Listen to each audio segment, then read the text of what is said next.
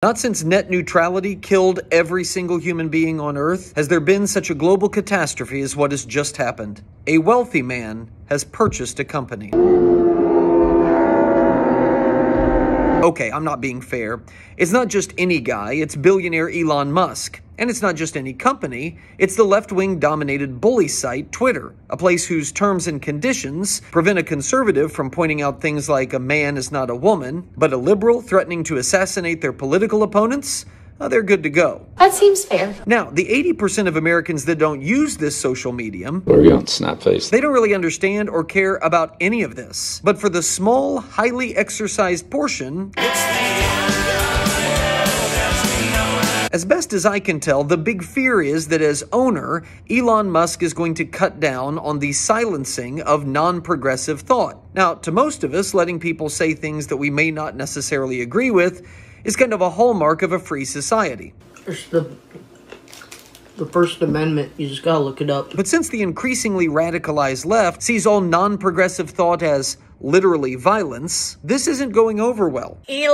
Stalin is taking over. I deactivated my account and deleted the app. I mean, this has so many horrific implications. I'm not even sure where to start, to be completely honest with you. And it's not just the randos that are getting worked up. The blue checks are more than a little aroused themselves. Robert Reich is now worried about wealthy people having control over information. Elizabeth Warren is panicked about people who are in power playing by a different set of rules than everybody else. She's worried about people accumulating power for their own gain. Michael Harriot is convinced that Twitter will soon be purging black people and disallowing their participation. It's kind of weird because the new owner is, by definition, an African American. I mean, you're not wrong. And then there's the old standby, the classic hand-wringing virtue signaling.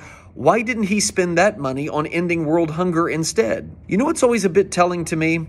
These people will imply that Musk is a bad guy for not spending the $44 billion on starvation. But notice they aren't going to say anything about the previous owners of Twitter who now have $44 billion that they could spend on starvation, but won't. It's weird how that works, isn't it? And surprising absolutely no one, CNN's Brian Stelter came through with the kind of penetrating insight we've all come to expect from him. If you get invited to something where there are no rules, where there is total freedom for everybody, do you actually want to go to that party?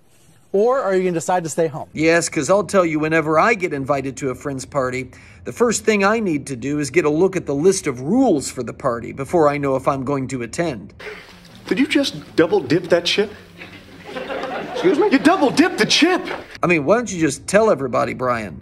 I've never been to a party. Look, I'm telling you, I don't know that much about Elon Musk. But if he's serious about seeing to it that we all can push back against this idiocy in the public square, I'm here for it.